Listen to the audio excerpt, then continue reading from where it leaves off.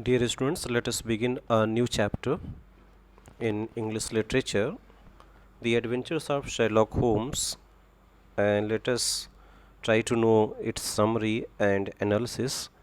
The name of the chapter is The Five Orange Pips, and it is written by Sir Arthur Conan Doyle. Preface is Have you ever felt like you were guilty by association with someone or something? We will learn about the plot summary of the five orange pips and analyze this in Sir Arthur Conan Doyle's tale. Tell me your story. The five orange pips plot.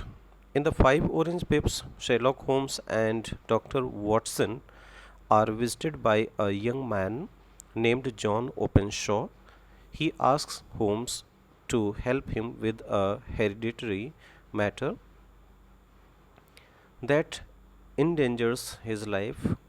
John explains that his uncle Elias immigrated to the US and became a planter or plantation owner in Florida. Before the American Civil War in 1861 to 1865, planters in the South owned large farming tracts, profiting from crops produced using African slave labor. The KKK, or Miss Ku Klux Klan, is a white uh, supremacist terrorist organization founded in 1866 out of Southern white relations retaliation against Northern efforts to create equality for blacks. After the war, the wealthy Elias returned to England, supposedly because he agreed with KKK, a reclusive drunk. He ignored family and friends. He did like his nephew John, who lived with him for several years. John recalls a locked attic room containing a brass box. One day, Elias received an envelope bearing the acronym Triple K and containing five orange pips, which are basically seeds. Panicking, he immediately created a will, leaving his entire estate to John's father, Joseph. He burned the paper contents of the box and was found dead one day, face down in a shallow garden pool. There was no sign of foul play, but John knows it wasn't an accident or suicide. Joseph inherited the estate first and opened the attic room and empty brass box. It was labeled as containing Triple K related letters, receipts, and a register which incriminated some organization members. After 1 year, a bewildered means here troubled, Joseph also received an envelope containing five orange pips and instructions to put the papers on the sundial in the garden. However, the papers had already been destroyed. 5 days later, Joseph was found dead, having fallen and shattered his skull in a chalk pit while visiting a friend. Again, John knows it was murder. John then inherits the estate and lives there peacefully for years. However, he finally receives the dreaded envelope with the same instructions and contents.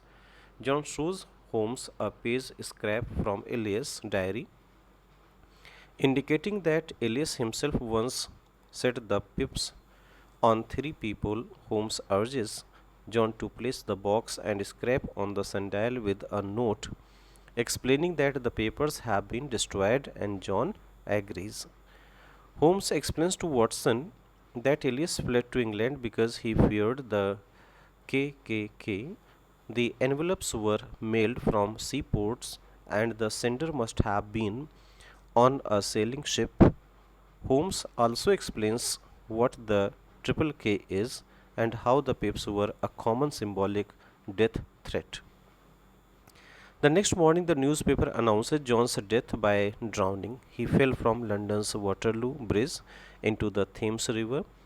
Holmes doesn't know how the murder was done, but researches American ship passes plans from the postmark dates John gave him and deduces that the Triple K letter sender is a Captain Calhoun on the Texan ship Lone Star.